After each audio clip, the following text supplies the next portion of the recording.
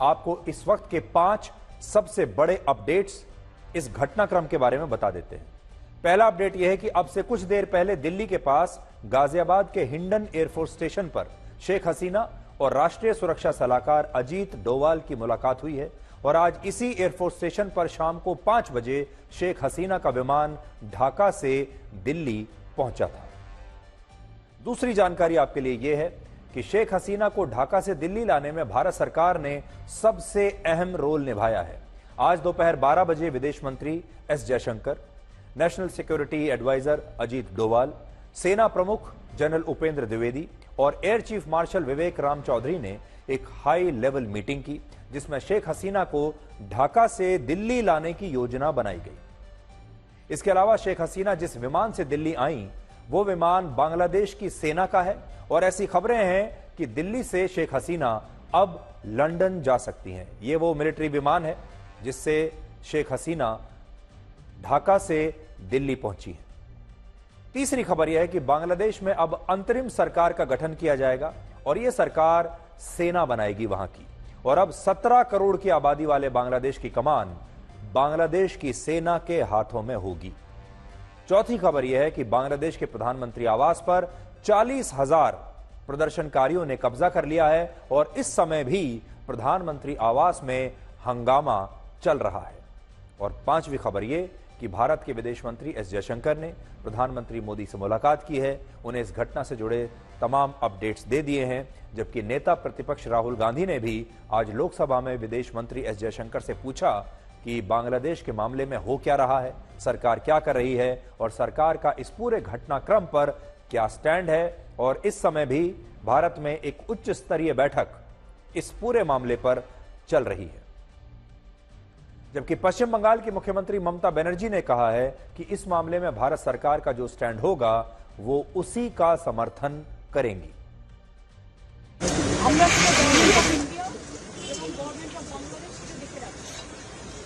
Government of India बोलবে আমরা শুনানি করব আর আমি সমস্ত পলিটিক্যাল পার্টি লিডারদের অনুরোধ করছি, কিন্তু সেটা নিয়ে পোস্ট করতে গিয়ে এমন কিছু লিখবেন না বা বলবেন না যাতে বাংলার কোনো শান্তি নষ্ট হতে পারে বা ভারতের শান্তি নষ্ট হতে পারে। এটা আমি সবাইকে বলছি, ইনক্লুডিং দ্য বিজেপি লিডার, কারণ তারা অলরেডি কিছু পোস্ট করছে যে পোস্টগুলো করা উচিত না বলে আমি আমাদের নেতাদের বলবো কেউ কোনো পোস্টই আসবে। बांग्लादेश में हुआ तख्ता पलट दुनिया के लिए एक सरप्राइज है, बहुत ही अप्रत्याशित है। आप लोग भी सब हैरान हो गए होंगे जब आपने अचानक से यह देखा कि बांग्लादेश में इतना बड़ा तख्ता पलट हो गया और शेख हसीना जो 15 साल से बांग्लादेश की प्रधानमंत्री हैं, वहां के लोगों ने और वहां की सेना ने 15 मिनट में शेख हसीना को बांग्लादेश से बाहर निकाल दिया और वो किसी तरह अपनी जान बचाकर आज शाम को दिल्ली पहुंची है। लेकिन बड़ी बात क्या है, शेख हसीना को इसकी जानकारी पिछले 1 हफ्ते से हो गई थी। इसके अलावा शेख हसीना ने प्रधानमंत्री आवास छोड़ने से पहले बांग्लादेश की सेना के सामने अपनी 3 मांगें रखी, लेकिन ये तीनों ही मांगें सेना ने खारिज कर दी। शेख हसीना दिल्ली रवाना होने से पहले अपना एक भाषण रिकॉर्ड करना चाहती थी, जिसे वो चाहती थी कि वो बांग्लादेश के रेडियो और टीवी पर प्रसारित होना चाहिए, लेकिन वहां की सेना ने इसकी इजाजत नहीं दी। शेख हसीना यह भी चाहती थी कि नई सरकार के गठन में उनकी भूमिका होनी चाहिए, उनके लोगों को रखा जाए और वो एक भूमिका उसमें निभाएं, लेकिन सेना ने इससे भी इनकार कर दिया। और ऐसा दावा किया जा रहा है कि शेख हसीना ढाका से अपने साथ जो 30 से ज्यादा बड़े बैग्स लेकर आई हैं, उनमें रखे सामान की भी वहां की सेना ने चेकिंग की, यह जानने के लिए कि इन बैग्स में शेख हसीना आखिर क्या लेकर जा रही हैं। जबकि शेख हसीना चाहती थी कि इसमें सेना का कोई दखल ना हो और उन्हें अपने पूरे सामान और सम्मान के साथ ढाका से दिल्ली जाने की इजाजत दी जानी चाहिए, लेकिन सेना ने यह भी नहीं किया। तो अब आप सोचिए, इस समय शेख हसीना जो बांग्लादेश की सबसे शक्तिशाली नेता थी पिछले हफ्ते तक, जिन्होंने जबरदस्त बहुमत के साथ अब से 7 महीने पहले चुनाव जीता, उस नेता की आज यह हालत हो गई कि वो बांग्लादेश की सेना के सामने अपनी कुछ शर्तें रखने की कोशिश कर रही है, नेगोशिएट कर रही हैं लेकिन सेना ने उनकी एक भी मांग नहीं मानी। सिर्फ इतना माना कि आप चुपचाप बांग्लादेश से चली जाइए, हम आपको जाने के लिए एक रास्ता दे देते हैं। एक प्लेन उन्हें दे दिया गया और कह दिया गया कि अब यहां से चली जाइए और दोबारा मत लौटिएगा। वर्ष 2021 में जब अफगानिस्तान में तालिबान का शासन आया था, आप याद कीजिए, और तब अफगानिस्तान के राष्ट्रपति अशरफ गनी उसी समय अफगानिस्तान छोड़कर भाग गए थे। तब उनके विमान में 4 गाड़ियां और कुल 1400 करोड़ रुपए का सोना और कैश रखा गया था। 4 गाड़ियां भरकर आई थीं जिनमें सोना था और पैसा था। और यही डर आज बांग्लादेश की सेना को भी था कि कहीं शेख हसीना अपने इन 30 बड़े बड़े बैग्स में इसी तरह का सोना या इसी तरह का कैश या कुछ कीमती सामान लेकर ना चली जाएं अपने साथ। इसलिए आज उनके बैग्स की जांच की गई। इससे भी बड़ी बात यह कि इस तख्तापलट के बाद बांग्लादेश की सेना ने ढाका में सड़कों पर उतरे लाखों प्रदर्शनकारियों को न सिर्फ हिंसा करने की खुली छूट दे दी, बल्कि उनके लिए प्रधानमंत्री आवास के दरवाजे भी खोल दिए। और इसके बाद इन प्रदर्शनकारियों ने प्रधानमंत्री आवास में घुसकर क्या किया, अब आप तस्वीरों में देखिए। और ये लोग वहां चिकन पार्टी कर रहे थे, अपना खाने पीने का सामान चिकन वहां अपने साथ लेकर गए थे और प्रधानमंत्री आवास में रखे कीमती सामान को लूटकर ये अपने साथ ले जा रहे थे। जरा तस्वीरें देखिए। एक जमाने में प्रधानमंत्री आवास जो सबसे शक्तिशाली जगह हुआ करती थी, कैसे बांग्लादेश की जनता आज वहां पर घुस गई।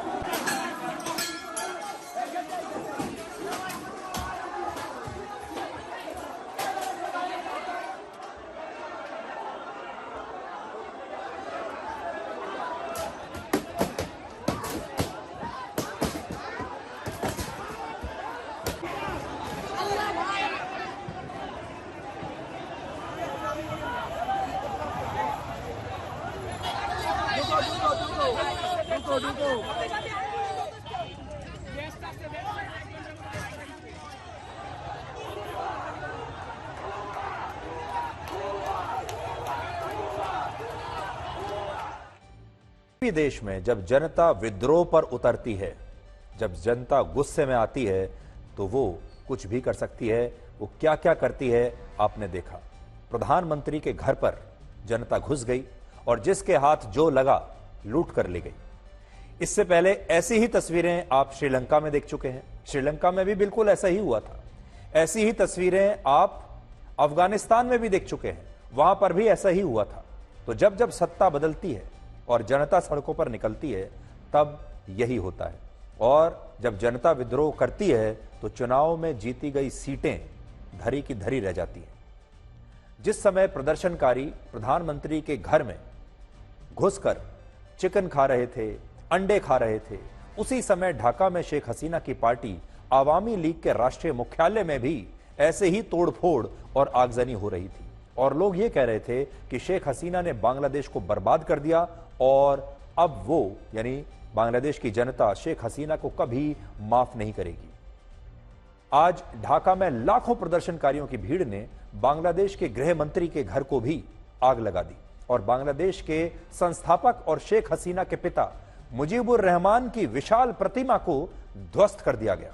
और इन तस्वीरों की अब पूरी दुनिया में चर्चा हो रही है और लोग कह रहे हैं कि क्या शेख हसीना का विरोध करने के लिए उनके दिवंगत पिता मुजीबुर रहमान का ऐसा अपमान करना सही है, जिनके कारण आज पूर्वी पाकिस्तान से ये देश बांग्लादेश बना था, उन्हीं की वजह से बना था और आज उनकी प्रतिमा को लोगों ने तोड़ दिया।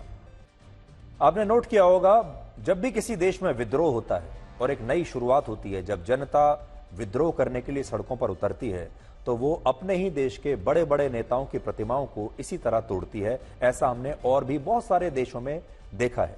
और इसका मतलब यह है कि मुजीबुर रहमान की जो प्रतिमा है, यह असल में बांग्लादेश में चल रही अब तक की व्यवस्था का प्रतीक है और वहां की जो जनता है वो अब इस व्यवस्था को समाप्त कर देना चाहती है और एक नई व्यवस्था पैदा करना चाहती है, जिसमें मुजीबुर रहमान या उनके परिवार का कोई भी सदस्य या उनकी बेटी शेख हसीना का कोई रोल नहीं होना चाहिए। तो ये एक तरीके से वहां की जनता रीसेट बटन दबा रही है, जहां से वो अब एक नई शुरुआत करेंगे।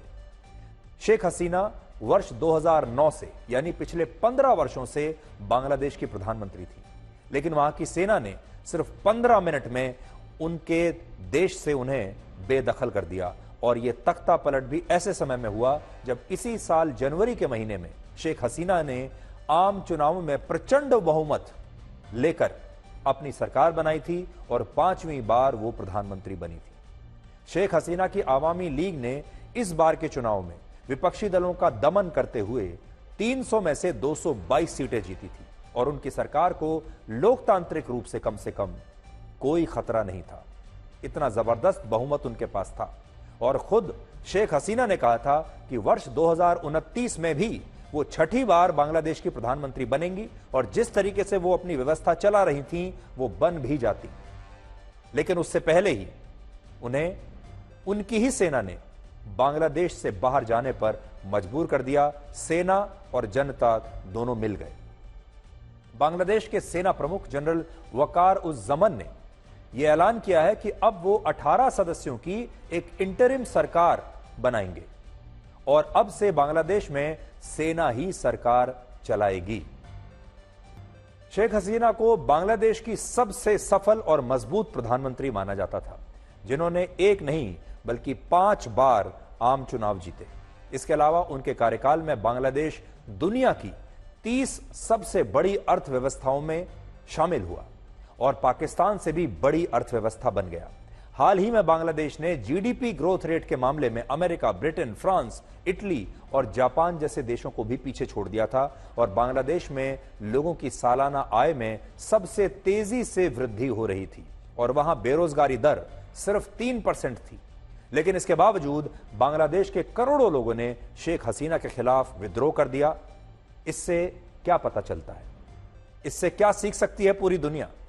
इससे यह पता चलता है कि जब तक यह आर्थिक विकास आम लोगों तक नहीं पहुंचता, तब तक इसके कोई मायने नहीं होते। अर्थव्यवस्था कितनी भी बढ़ती रहे, कितने भी फैंसी शानदार दिखने वाले नंबर्स हम लोगों को बताते रहें और दुनिया के पटल पर अर्थव्यवस्था के मामले में, आर्थिक विकास के मामले में हम कुछ भी बात कहते रहें कि जीडीपी ग्रोथ रेट हमारा इतना हो गया है, हमारी अर्थव्यवस्था बढ़कर इतनी हो गई है, लेकिन जब तक आम जनता के जीवन में कोई बदलाव नहीं आता तब तक जनता इन नंबर से, इन आंकड़ों से प्रभावित नहीं होती। इसमें कोई शक नहीं है, शेख हसीना के शासनकाल में बांग्लादेश ने सबसे ज्यादा तरक्की की है, वहां सबसे ज्यादा विकास हुआ है और पूरी दुनिया ने इस बात को माना कि जिस तरीके से बांग्लादेश आर्थिक विकास कर रहा है, जिस तरीके से वहां की अर्थव्यवस्था चल रही है, वो काबिले तारीफ है, इसमें बिल्कुल कोई शक नहीं है। लेकिन देखिए कितनी बड़ी बात कि इतना विकास करने के बावजूद, चुनाव जीतने के बावजूद, अर्थव्यवस्था को इतना शक्तिशाली करने के बावजूद शेख हसीना को आज ये दिन देखना पड़ रहा है। यहां दो और बातें बड़ी नोट करने वाली हैं और सीखने वाली हैं। पहली बात यह कि बांग्लादेश में आंदोलन करने वाले भी मुसलमान हैं।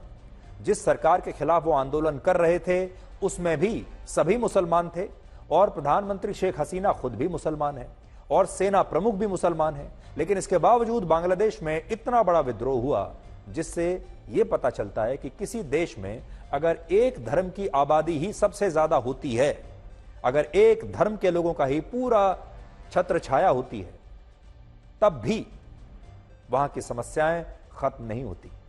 और जो लोग ऐसा सोचते हैं कि जिस देश में सिर्फ एक धर्म की आबादी होती है वहां संघर्ष नहीं होता, उन्हें आज बांग्लादेश का यह हाल देखना चाहिए। मुसलमान मुसलमान के खिलाफ है।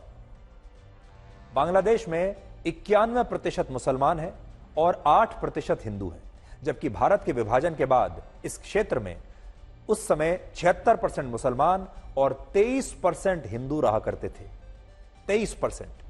लेकिन आज बांग्लादेश में मुसलमानों की आबादी 91% होने के बावजूद वहां इतना विद्रोह और खून खराबा हो रहा है। तो अगर आप देखेंगे, जब बांग्लादेश बना था तब वहां की जो आबादी की संरचना थी वो ऐसी थी जैसी आज भारत में है।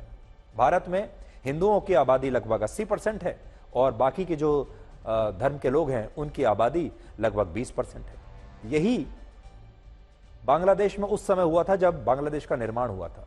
तब बांग्लादेश में बड़ी संख्या में हिंदू आबादी थी, लेकिन हिंदू अब घटते घटते घटते अब 8% से भी कम रह गए हैं और मुसलमान 91% हो गए।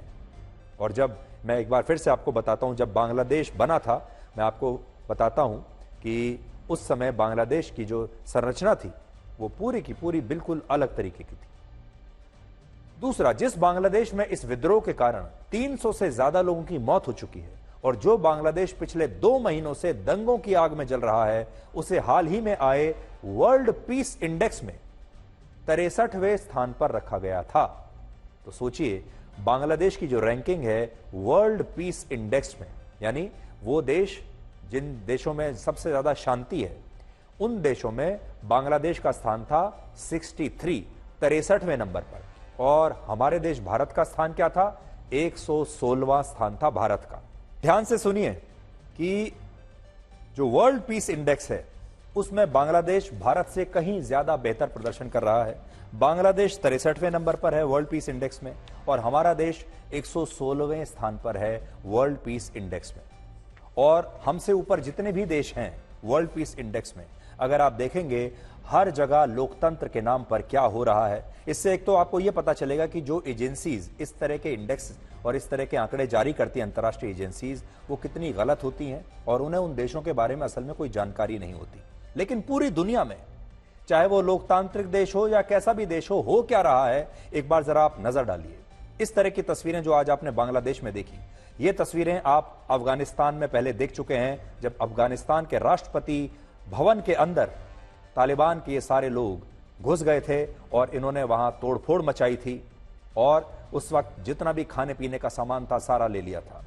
अमेरिका की संसद में जब डोनाल्ड ट्रंप चुनाव हारे थे, उस समय जनता और प्रदर्शनकारी कैसे घुस गए थे वो आप जरा अपनी स्क्रीन पर यहां देख लीजिए।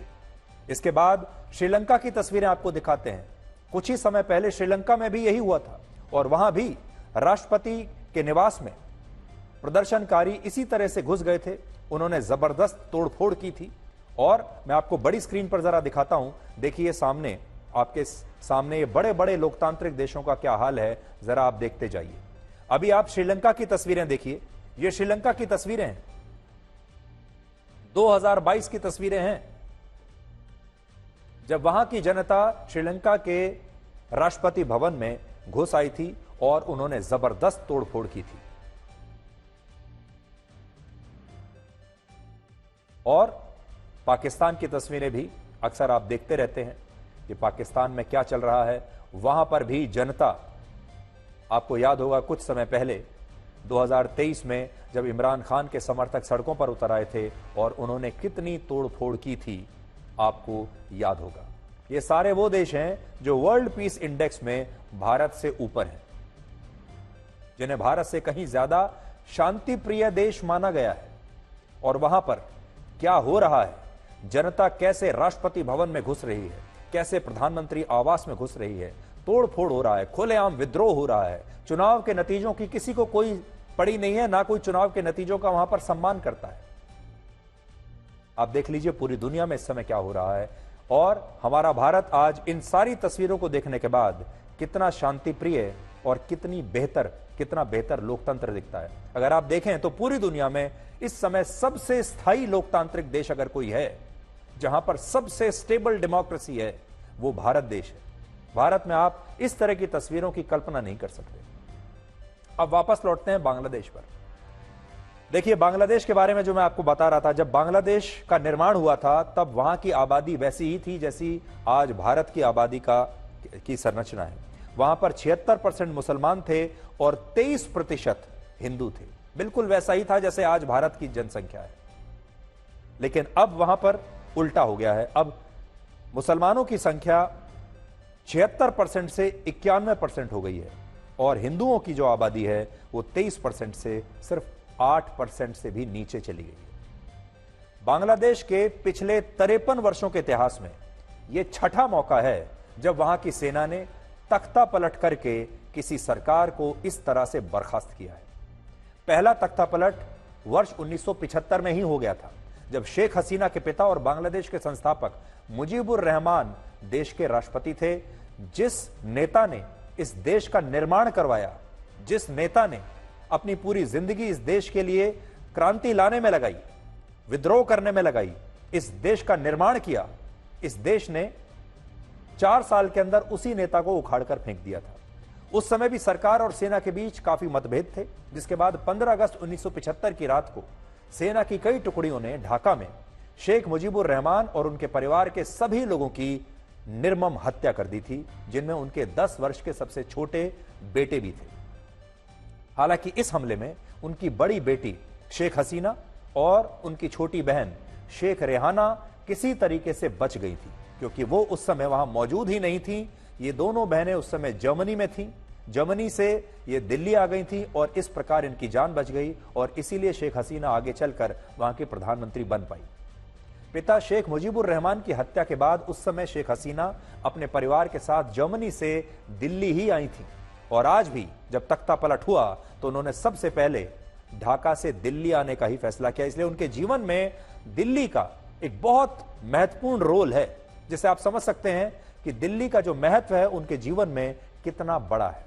एक और संयोग यह है कि आज से 49 वर्ष पहले बांग्लादेश की सेना ने अगस्त के महीने में ही शेख मुजीबुर रहमान को अपने रास्ते से हटाया था, वो भी अगस्त का ही महीना था। और अब भी 49 वर्षों के बाद इसी अगस्त के महीने में सेना ने उनकी बेटी शेख हसीना को सरकार से हटाकर तख्ता पलट किया। सिर्फ फर्क इतना है कि शेख हसीना की जान उन्होंने बख्श दी और शेख हसीना को इतना एक रास्ता दे दिया कि वो अपनी जान बचाकर किसी तरह सुरक्षित इस देश को छोड़कर चली जाए। इस तख्ता पलट से यह भी पता चलता है कि जब बांग्लादेश की सेना ने सत्ता के लिए बांग्लादेश का गठन करने वाले शेख मुजीबुर रहमान को नहीं छोड़ा, तो वो इस सत्ता के लिए आज शेख हसीना के साथ कैसे कोई समझौता कर सकती थी। और यही कारण है कि शेख हसीना ने बांग्लादेश को छोड़ दिया, या कह लीजिए कि उन्हें छोड़ना पड़ा, क्योंकि इसी तरह के संघर्ष में उन्होंने अपने पूरे परिवार को एक जमाने में खो दिया था। अब आप ये देखिए कि इस पूरे घटनाक्रम का एक ब्लैक एंड व्हाइट विश्लेषण क्या है और इसे आप इन 5 पॉइंट्स में अच्छी तरह से समझ पाएंगे। इसमें सीख क्या है भारत के लिए भी और पूरी दुनिया के लिए, क्या सीख छुपी हुई है इस बात में कि बांग्लादेश में आज क्या हुआ है। पहली बात, शेख हसीना ने विपक्षी दलों का दमन करके चुनाव जीता और इन चुनावों में मिले पूर्ण बहुमत को उन्होंने अपनी लोकप्रियता मानने की भूल की और यही उनकी सबसे बड़ी गलती थी। तो शेख हसीना को यह लगा कि उन्होंने चुनाव जीत लिया, लोकतांत्रिक तरीके से चुनाव जीत लिया, पूरी दुनिया देख रही है, कोई भी दुनिया में उनके चुनाव की जीत पर उंगली नहीं उठा सकता। और उन्होंने ये चुनाव बहुत शानदार तरीके से जीता। लेकिन ये चुनाव लोकतंत्र को दबाकर जीता गया था। ये चुनाव विपक्षी दलों को दबाकर, उन्हें डरा धमकाकर जीता गया था। और शेख हसीना को यह लगा कि सब ठीक ठाक चल रहा है और उन्हें अब कोई हटा नहीं सकता। 2029 में भी, अगले चुनाव में भी वो यही करेंगी जो इस बार किया और फिर ऐसे ही प्रधानमंत्री की कुर्सी पर बैठी रहेंगी। लेकिन उनके प्रति जनता के अंदर जो गुस्सा उबल रहा था, जनता के बीच उनकी लोकप्रियता जो लगातार घट रही थी, उसे वो समझ नहीं पाई, उसे देख नहीं पाई और ये उनकी सबसे बड़ी भूल थी। और दुनिया के तमाम नेताओं के लिए इसमें एक बहुत बड़ी सीख छुपी हुई है। दूसरा, बांग्लादेश में आर्थिक तरक्की के बावजूद, इतने जबरदस्त आर्थिक विकास के बावजूद, अर्थव्यवस्था के इतने शानदार आंकड़े अर्थव्यवस्था को लेकर आप देखते हैं, उसके बावजूद वहां के करोड़ों लोग शेख हसीना के खिलाफ हो गए और उन्होंने सरकार के खिलाफ ऐसा बड़ा जबरदस्त विद्रोह कर दिया।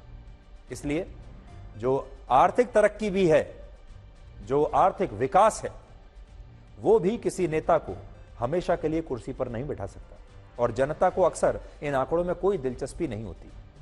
तीसरा, शेख हसीना ने लोकतंत्र और अभिव्यक्ति की आजादी को दबाकर शासन करने की कोशिश की। लोकतंत्र को दबाकर और संविधान को एक किनारे रखकर शासन करने की कोशिश की, जिसके बाद लोग बागी हो गए, लोगों ने विद्रोह कर दिया और लोगों ने बता दिया कि चुनाव जीतने से कुछ नहीं होता, जब तक जनता अगर आपके साथ नहीं है तब तक आप कुर्सी पर बने नहीं रह सकते। चौथा, बांग्लादेश की खुफिया एजेंसियां और सुरक्षा तंत्र ने शेख हसीना को सही जानकारी नहीं दी और वो लोगों के विद्रोह को और सेना की योजना को सही समय पर समझ नहीं पाई। इस विद्रोह में कितनी जान थी, कितना आक्रोश था, कितना गुस्सा था और यह विद्रोह कितना विकराल रूप धारण कर सकता था, इसका अंदाजा शेख हसीना को नहीं था। और जब तक उन्हें यह अंदाजा हुआ तब तक बहुत देर हो चुकी थी। इसका मतलब क्या है? इसका मतलब यह है कि शेख हसीना का जमीन के साथ जो कनेक्ट होता है, जमीन के साथ जो रिश्ता होता है, आम जनता के मूड के साथ को समझने की जो आपकी एक स्किल होती है, वो शेख हसीना की समाप्त हो चुकी थी। और शेख हसीना जनता को बहुत ऊपर से अपनी गद्दी पर बैठकर देख रही थी। और आखिरी पॉइंट यह है कि अगर शेख हसीना ने एक तानाशाह जैसी जिद न दिखाई होती और आरक्षण को पहले ही समाप्त करने के लिए कानून बना दिया होता शुरुआत में ही, तो यह स्थिति कभी नहीं बनती। लेकिन शेख हसीना को ऐसा लगा कि जो वो कर रही हैं वो बिल्कुल सही है, उनके पास नंबर्स हैं, उन्हें कोई हटा नहीं सकता, उनके पास सीटों की संख्या इतनी ज्यादा है, 5 बार की वो प्रधानमंत्री हैं, शक्तिशाली हैं और वो इस बात को समझ नहीं पाई। लेकिन अगर उन्होंने अपने देश की जनता का ये मूड भांप लिया होता और अपने देश की जनता के साथ ये समझौता कर लिया होता, शुरुआत में ही कह दिया होता कि हम आरक्षण को समाप्त कर रहे हैं, तो ये दिन न देखना पड़ता। लेकिन वो अपनी जिद पर अड़ी रही और ये जिद उन्हें बहुत महंगी साबित हुई। बांग्लादेश के पिछले 53 वर्षों के इतिहास में 17 वर्षों तक वहां की सेना ने वहां शासन किया है और वहां कुल मिलाकर 29 बार सेना ने तख्तापलट किया है, जिसमें 6 बार तख्तापलट सफल रहा है। और पाकिस्तान की तरह बांग्लादेश का राजनीतिक इतिहास भी खून खराबे से भरा हुआ है। तो इसलिए आपको सेना की मंशा को भी देखना पड़ेगा। असल में वहां की सेना को बांग्लादेश में शासन करने की आदत पड़ चुकी है, बिल्कुल वैसा ही जैसा पाकिस्तान में है। पाकिस्तान में कोई भी नेता, कोई भी पार्टी, कोई भी सरकार वहां की सेना के समर्थन के बिना चल नहीं सकती। इसी प्रकार से बांग्लादेश में भी वहां की सेना को अपना शासन करने की बुरी आदत पड़ चुकी है और लंबे समय तक वहां सेना ने शासन किया भी है। और जब भी सेना को ऐसा लगा कि वहां कोई नेता ज्यादा लोकप्रिय हो रहा है, कोई नेता बार बार चुनाव जीतता चला जा रहा है और वो सेना की अनदेखी कर रहा है, तो वो वहां तख्तापलट कर देते हैं। और शेख हसीना के साथ भी यही हुआ। शेख हसीना बहुत मजबूत नेता बन चुकी थी और उनकी ये जो मजबूती थी ये वहां की सेना से देखी नहीं जा रही थी। वरना आप सोचिए, बांग्लादेश जैसे देश की एक पूरी की पूरी सेना क्या इन प्रदर्शनकारियों को रोक नहीं सकती थी? क्या वो इन्हें कंट्रोल नहीं कर सकती थी? और बड़ा सवाल यह है कि अगर वहां की सेना इन प्रदर्शनकारियों पर काबू नहीं पा सकती तो वो अपने देश की रक्षा क्या करेगी? अगर बांग्लादेश को कभी कोई युद्ध लड़ना पड़ जाए किसी देश के साथ तो उनकी सेना क्या करती अगर वो इन लोगों पर काबू नहीं कर पाई? लेकिन बड़ी बात यह है कि असल में सेना और जनता का यह विद्रोह एक साथ मिले हुए थे। सेना चाहती थी कि यह विद्रोह हो, सेना ने इसे रोकने की कोई कोशिश नहीं की, बल्कि सेना इन्हें भड़काती रही और सेना ने यह कोशिश की कि यह विद्रोह एक दिन विकराल रूप धारण कर ले, और वैसा ही हुआ। और उसके बाद सेना ने सही समय पर आकर तख्ता पलट कर दिया। इस तख्ता पलट का सबसे बुरा प्रभाव भारत पर पड़ेगा, क्योंकि अब बांग्लादेश में नेशनलिस्ट पार्टी और जमाते इस्लामी की बांग्लादेश नेशनलिस्ट पार्टी बीएनपी और वहां की जमाते इस्लामी पार्टी की अंतरिम सरकार बन सकती है। सेना प्रमुख जनरल वकारुज्जमान ने बांग्लादेश नेशनलिस्ट पार्टी यानी बीएनपी और जमाते इस्लामी के एक प्रतिनिधिमंडल को बातचीत करने के लिए बुलाया है, और इन्हीं पार्टियों के प्रतिनिधियों के साथ वहां की सेना अब एक अंतरिम सरकार का गठन करेगी। और ये वो दोनों पार्टियां हैं जो भारत की दुश्मन हैं और इन्हें पाकिस्तान का समर्थन मिला हुआ है। ये पाकिस्तान का समर्थन करने वाली पार्टियां मानी जाती हैं और ये भारत को अपना दुश्मन समझती हैं और पाकिस्तान को अपना दोस्त समझती हैं। और इनमें बांग्लादेश नेशनलिस्ट पार्टी की नेता हैं खालिदा जिया, जिन्हें शेख हसीना ने हाउस अरेस्ट किया हुआ था और वो बांग्लादेश के प्रधानमंत्री पहले भी रह चुकी है। तो कोई बड़ी बात नहीं है कि खालिदा जिया का शासन अब लौट आए। ये खालिदा जिया हैं और अगर ये आ गई तो ये भारत के लिए एक बुरी खबर है। भारत का असल में जो संबंध था प्रधानमंत्री मोदी के साथ भी शेख हसीना के बहुत अच्छे संबंध थे, और जब तक शेख हसीना वहां की प्रधानमंत्री रहीं तब तक भारत और बांग्लादेश एक टीम की तरह खेले। दोनों के बीच बहुत सारे समझौते हुए और एक शेख हसीना ने चाइना की बजाय भारत को ज्यादा तवज्जो दी और एक बहुत अच्छा बैलेंस बनाकर रखा चाइना और भारत के बीच। और वो भारत की एक सच्ची दोस्त थी और भारत ने भी हमेशा उनकी और उनके परिवार की बहुत मदद की है। इसलिए उनका वहां रहना भारत के लिए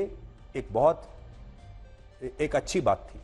लेकिन अपने सबसे प्रिय दोस्त का सत्ता से जाना भारत के लिए बड़ा भारी पड़ेगा। अब दूसरी पार्टी देखिए, खालिदा जिया की पार्टी के बारे में, बीएनपी के बारे में हमने आपको बता दिया। बीएनपी अगर आ गई तो भारत के लिए बुरी खबर है। जबकि दूसरी जो पार्टी है जमाते इस्लामी, ये एक कट्टरपंथी संगठन है, कट्टरपंथी इस्लामिक संगठन, जिसे पाकिस्तान और आईएसआई से बहुत मदद मिलती है। और शेख हसीना ने इस संगठन को भी बांग्लादेश में प्रतिबंधित किया हुआ था। शेख हसीना ने इस पर बैन लगा दिया था। तो खालिदा जिया जो है उन्हें हाउस अरेस्ट में रखा हुआ था, वो बाहर राजनीति नहीं कर सकती थी, उन्हें पूरी तरीके से दबा दिया और दूसरी पार्टी को बैन कर दिया। और ये दोनों पार्टियां कट्टर इस्लामिक विचारधारा को मानती हैं और इनके भारत के साथ रिश्ते कभी भी अच्छे नहीं रहे, और इसीलिए यह तख्ता पलट भारत के लिए अच्छी खबर बिल्कुल भी नहीं है। अब आप ये देखिए कि यह तख्ता पलट क्यों और कैसे हुआ और क्या इसके पीछे विदेशी ताकतों का हाथ हो सकता है। बांग्लादेश के इस राजनीतिक घटनाक्रम की प्रमुख वजह है आरक्षण।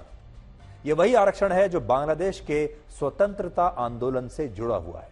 वर्ष 1971 के जिस युद्ध के कारण पूर्वी पाकिस्तान से अलग होकर बांग्लादेश बना, उस युद्ध में शहीद होने वाले वॉर हीरोज के परिवारों को पीढ़ी दर पीढ़ी बांग्लादेश की सरकारी नौकरियों में 1/3 यानी 30% का आरक्षण मिलता था। यह कानून वहां पर बना दिया गया था और यह शेख हसीना के परिवार ने यह कानून बनाया था और उनके परिवार के साथ, क्योंकि उनके परिवार ने ही बांग्लादेश का निर्माण करवाया था, उनके पिता मुजीबुर रहमान ने ये किया था, इसलिए जो पूरा आरक्षण है ये उनकी पार्टी के लोगों को मिलता था, उनके करीबी लोगों को मिलता था और मिलना भी चाहिए था, क्योंकि उन्हीं की पार्टी के तो लोग थे जिन्होंने ये स्वतंत्रता आंदोलन चलाया और इसमें हिस्सा लिया। इसलिए उन तमाम लोगों को 30% पीढ़ी दर पीढ़ी आरक्षण मिल रहा था। इसके अलावा कुछ सरकारी नौकरियों में पिछड़े जिलों के लोगों को 10%, महिलाओं को 10%, अल्पसंख्यकों को 5% और दिव्यांगों को 1% आरक्षण मिलता था। लेकिन इस आरक्षण को शेख हसीना की सरकार ने 2018 में खत्म भी कर दिया था। लेकिन इसी साल जून के महीने में ढाका हाईकोर्ट के एक फैसले के बाद ये आरक्षण फिर से बहाल हो गया। यानी वहां की ढाका हाई कोर्ट ने यह कहा कि यह आरक्षण दोबारा से लागू कीजिए, जिससे बांग्लादेश के करोड़ों लोग नाराज हो गए और सड़कों पर उतर आए। और उनका कहना था कि यह आरक्षण असल में एक फ्रॉड है, एक धोखा है।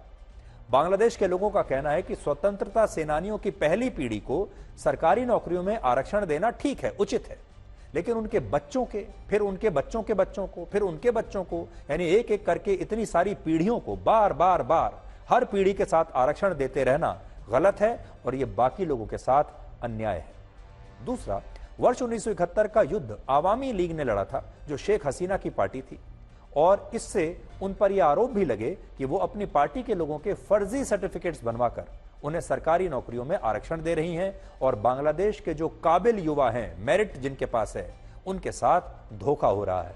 और यही वजह है कि यह आंदोलन बहुत व्यापक और उग्र हो गया था। इससे हमें यह सीखना चाहिए कि आरक्षण जैसा जो मुद्दा है, जो किसी भी देश के युवाओं की जिंदगी पर बहुत बड़ा प्रभाव डालता है, नौकरी पर प्रभाव डालता है, रोजी रोटी पर प्रभाव डालता है, ये युवा जो होते हैं कुछ वर्ष तक तो चुपचाप सहते रहते हैं, कुछ दशकों तक चुपचाप सहते रहते हैं, लेकिन एक दिन ऐसा आता है जब ये युवा विद्रोह कर देते हैं। और जब किसी भी देश में युवा विद्रोह करने पर उतरते हैं, जब छात्र विद्रोह करने पर उतर आते हैं, तब फिर वही होता है जो आप आज यहां देख रहे हैं। हालांकि सुप्रीम कोर्ट ने ढाका हाई कोर्ट के फैसले पर बाद में रोक लगा दी और यहां पर यह आंदोलन समाप्त हो जाना चाहिए था, क्योंकि जब इस पर फिर से रोक लग गई तो फिर आंदोलन किस चीज के लिए? आरक्षण के लिए था कि आरक्षण समाप्त करो। आरक्षण समाप्त कर दिया सुप्रीम कोर्ट ने, लेकिन उसके बाद भी यह आंदोलन रुका नहीं और फिर से यहां पर शेख हसीना ने जो जिद की, उसकी वजह से मामला और बिगड़ गया और उन्होंने जिद अपनी नहीं छोड़ी और आरक्षण के खिलाफ कानून बनाने का उन्होंने तब भी ऐलान नहीं किया। उल्टा उन्होंने आंदोलन करने वाले युवाओं को रजाकार बता दिया। रजाकार का मतलब बांग्लादेश में गद्दार और देशद्रोही होता है। तो देखिए कितनी बड़ी बात है। सुप्रीम कोर्ट ने आरक्षण पर रोक लगा दी, लेकिन इससे भी प्रदर्शनकारी शांत नहीं हुए। उन्होंने कहा नहीं, रोक नहीं, आप इस पर कानून बनाइए और हमेशा के लिए संविधान में संशोधन कीजिए कि अब दोबारा से यह आरक्षण कभी नहीं आएगी। लेकिन शेख हसीना इसके लिए तैयार नहीं हुई। उनकी ये जो जिद है ये भारी पड़ गई और आप देखिए उसके बाद क्या हुआ। वर्ष 1971 में जब बांग्लादेश बना था, उस समय राजाकार वाहिनी के 50,000 लोगों ने पाकिस्तान की सरकार का साथ दिया था और यही वजह है कि इन राजाकारों को बांग्लादेश में देशद्रोही और गद्दार माना जाता है। और शेख हसीना ने क्या भूल की? प्रदर्शनकारियों को राजाकार कह दिया, उन्हें विद्रोही बता दिया, विद्रोही तो बताया, गद्दार बता दिया, उन्हें देशद्रोही बता दिया। और जब इन आंदोलनकारियों को उन्होंने राजाकार कहा तो ये आंदोलन और भी ज्यादा उग्र हो गया और बाद में सेना ने भी इस आंदोलन को अपने पक्ष में हाईजैक कर लिया और शेख हसीना के खिलाफ इस्तेमाल कर लिया। तो शेख हसीना को ये जो गलती थी ये भारी पड़ी कि उन्होंने इन आंदोलनकारियों को गद्दार कह दिया और देशद्रोही कह दिया। बांग्लादेश की सेना इस बात को अच्छी तरह से जानती थी कि अगर इस आंदोलन के जरिए तख्तापलट नहीं हुआ तो शेख हसीना वर्ष 2029 तक ऐसे ही प्रधानमंत्री बनी रहेंगी, उन्हें कोई हटा नहीं सकता। और इसीलिए सेना ने शेख हसीना से अपना यह समर्थन वापस ले लिया। इसके अलावा जिन छात्रों को डरा धमका कर सरकार ने आंदोलन वापस लेने के लिए उनके वीडियो बनवाए थे, उससे भी कई छात्र संगठन नाराज हो गए और बांग्लादेश में हालात बहुत बिगड़ गए, क्योंकि उस समय कई छात्र नेताओं को जबरदस्ती पकड़कर उनसे वीडियो बनवा लिए गए। और जब बाद में आकर उन्होंने ये कहा कि हमसे जबरदस्ती वीडियो बनवाए गए हैं, तो ये बात बाकी के प्रदर्शनकारियों को बहुत बुरी लगी। और अब यह बात सामने आई है कि इन छात्रों को आयरलैंड से आर्थिक मदद मिल रही थी। तो देखिए यहां भी विदेशी हाथ आ गया। आयरलैंड से विदेशी मदद आ रही थी और इस तख्तापलट में अमेरिका की भूमिका होने के भी आरोप लग रहे हैं, पाकिस्तान की भूमिका होने के भी आरोप लग रहे हैं, आईएसआई के भी आरोप लग रहे हैं, क्योंकि इस तख्तापलट का जो फायदा मिलेगा खालिदा जिया की जो पार्टी है और जो दूसरी पार्टियां हैं, ये सब वो पार्टियां हैं जो पाकिस्तान की मनपसंद पार्टियां हैं। तो पाकिस्तान तो जरूर चाहेगा कि इन पार्टियों का शासन दोबारा से आ जाए। हालांकि पाकिस्तान की अभी इतनी औकात नहीं है कि पाकिस्तान अपने देश में तो कुछ कर नहीं पा रहा, वहां बांग्लादेश में वो क्या करेगा। लेकिन अमेरिका इसके पीछे हो सकता है, क्योंकि अमेरिका शेख हसीना को पसंद नहीं करता था। हालांकि इस मामले में ऐसा भी लगता है कि इस तख्तापलट का कारण सिर्फ आरक्षण नहीं था, बल्कि ये मामला आरक्षण से बहुत पहले ही आगे निकल चुका था। इसका मकसद आरक्षण था ही नहीं, वरना आरक्षण तो समाप्त हो ही चुका था। समाप्त होते ही आंदोलन भी समाप्त हो जाता। आरक्षण समाप्त हुआ, लेकिन आंदोलन चलता रहा। आज भारत चारों तरफ से ऐसे देशों से घिरा हुआ है जहां राजनीतिक अस्थिरता है, अराजकता का माहौल है और लोकतंत्र अब ना के बराबर बचा है। अब आप देखिए, श्रीलंका में यही हुआ, अफगानिस्तान में यही हुआ, पाकिस्तान में यही हुआ, म्यांमार और नेपाल, और अब बांग्लादेश में भी राजनीतिक अस्थिरता है। और इसे आप ये समझ सकते हैं इससे कि भारत इस पूरे भूखंड में अकेला ऐसा देश है जहां गठबंधन सरकारों में भी कभी ऐसे हालात नहीं बने। और भारत आज, इसीलिए मैं कह रहा हूं कि दुनिया की सबसे स्थिर लोकतांत्रिक व्यवस्था है। भारत दुनिया का सबसे स्थिर लोकतांत्रिक देश है, जिसमें बहुत खूबसूरती के साथ हमारी सारी लोकतांत्रिक व्यवस्था चल रही है।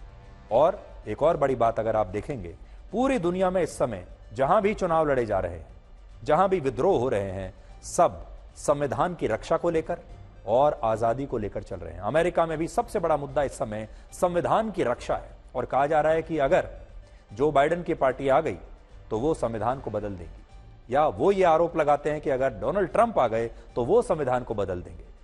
दोनों एक दूसरे के ऊपर ये आरोप लगाते हैं। कुल मिलाकर संविधान की रक्षा वहां पर एक बड़ा मुद्दा है। हमारे अपने देश में इस बार सबसे बड़ा मुद्दा था संविधान की रक्षा।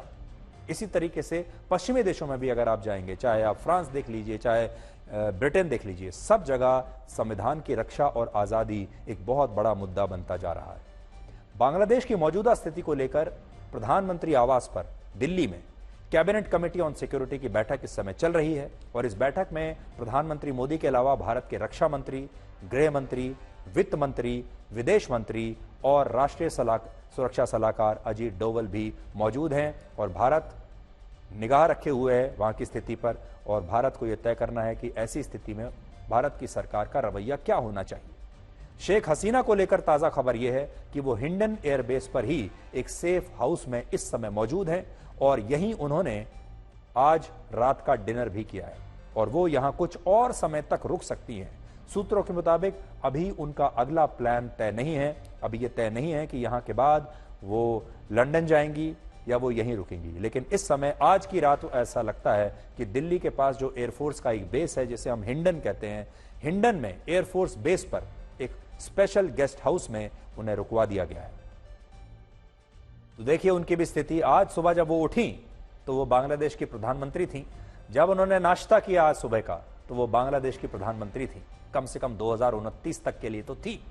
और आज शाम का जब डिनर किया तो डिनर का समय होते होते अब वो कुछ नहीं रही। सत्ता, राजपाट सब कुछ चला गया, बस किसी तरीके से जान बच गई। बांग्लादेश के हालात को देखते हुए भारत ने अपनी सेना को सतर्क रहने के लिए कहा है, और भारत और बांग्लादेश की सीमा पर बीएसएफ इस समय फुल अलर्ट पर है, और अब बॉर्डर पर बीएसएफ के सैनिकों की संख्या बढ़ाई जा रही है। और इस तख्तापलट के बाद बीएसएफ के डीजी दलजीत चौधरी पश्चिम बंगाल के दौरे पर हैं, और उन्होंने सुंदरबन इलाके और उत्तर 24 परगना जिले में भारत और बांग्लादेश सीमा का दौरा किया है। और भारत और बांग्लादेश के बीच ट्रेन सेवा इस समय रोक दी गई है, हवाई सेवा एयर इंडिया ने सस्पेंड कर दी है, इसलिए ट्रेन और हवाई जहाज बंद है।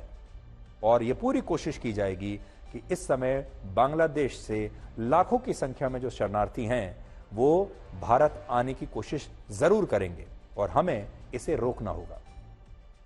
बीजेपी के नेता और पश्चिम बंगाल में नेता प्रतिपक्ष शुभेंदु अधिकारी ने यह दावा किया है कि 1 करोड़ बांग्लादेशी हिंदू पश्चिम बंगाल आ रहे हैं, और बांग्लादेश में हिंदू अल्पसंख्यकों की हत्याएं की जा रही हैं। और उन्होंने पश्चिम बंगाल के मुख्यमंत्री और राज्यपाल से अपील की है कि वो केंद्र सरकार से इस बारे में बात करें।